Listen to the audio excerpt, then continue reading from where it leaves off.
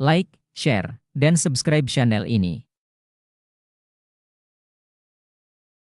Nama lengkapnya adalah Abu Qasim Al-Junaid Ibnu Muhammad Ibnu Junaid Al-Baghdadi. Ia kemudian lebih populer dengan panggilan Imam Al-Junaid Al-Baghdadi, dan terkadang juga dipanggil Al-Junaid saja. Lahir di kota Nihawan, Persia, Imam Al-Junaid Al-Baghdadi belajar ilmu tasawuf kepada pamannya, Syekh Sari Al-Sakati dan Al-Harits Al-Muhasibi pendiri Madrasah Al-Baghdadiyah. Sejak kecil, Al-Junaid terkenal sebagai seorang anak yang cerdas sehingga sangat mudah dan cepat belajar kepada pamannya. Karena kecerdasannya itu, ketika berumur 7 tahun, Imam Al-Junaid Al-Baghdadi telah diuji oleh gurunya tentang makna syukur. Maka dijawabnya dengan tangkas, syukur adalah jangan sampai Anda berbuat maksiat dengan nikmat yang telah diberikan oleh Allah. Kehidupan Imam Al-Junaid Al-Baghdadi, di samping sebagai seorang sufi juga sebagai seorang pedagang. Beliau meneruskan usaha ayahnya, yaitu sebagai pedagang barang pecah belah di pasar tradisional. Setelah selesai berdagang, beliau pulang ke rumah dan mampu mengerjakan salat dalam waktu sehari semalam sebanyak 400 rakaat.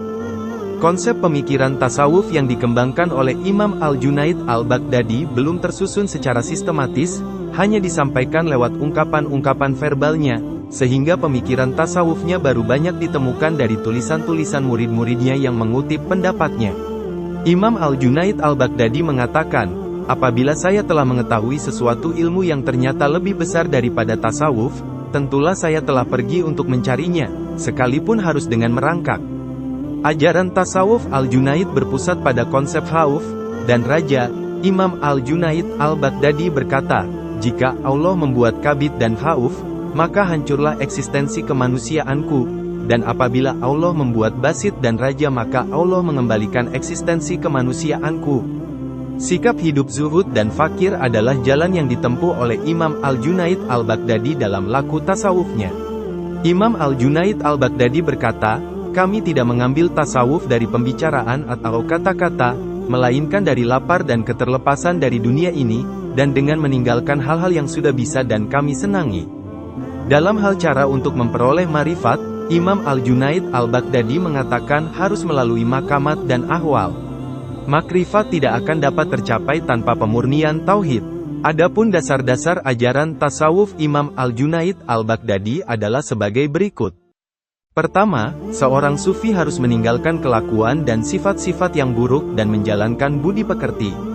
Kedua, ajaran tasawuf adalah ajaran-ajaran yang dapat memurnikan hati manusia dan mengajarkan hubungan baik dengan makhluk lain. Ketiga, memalingkan perhatian dari urusan duniawi kepada urusan ukhrawi. Bagi orang beriman, meninggalkan pergaulan sesama manusia itu lebih mudah dan berpaling kepada Allah menghancurkan gunung itu lebih mudah daripada menundukkan hawa nafsu. Keempat, harus berpegang kepada tauhid, yaitu mengesahkan Allah dengan sesempurnanya. Kelima, seorang sufi harus bisa melakukan 3 syarat amalan, yaitu, melazimkan zikir yang disertai hima dalam kesadaran penuh, mempertahankan tingkat kegairahan dan semangat yang tinggi, senantiasa melaksanakan syariat yang ketat dan tepat dalam kehidupan sehari-hari.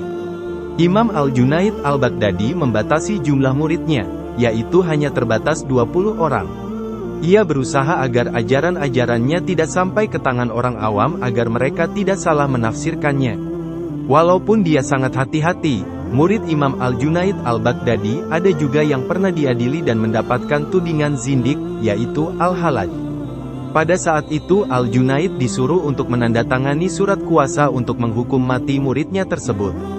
Dalam surat kuasanya, Imam Al-Junaid Al-Baghdadi menyampaikan, berdasarkan syariat, ia, Al-Halaj, bersalah, tetapi menurut hakikat, Allah yang maha mengetahui. Corak tasawuf yang dikembangkan oleh Imam Al-Junaid Al-Baghdadi ini menjadi rujukan bagi ajaran tasawuf di kemudian hari, sehingga muncul komunitas sufi yang mengambil sanad dari beliau.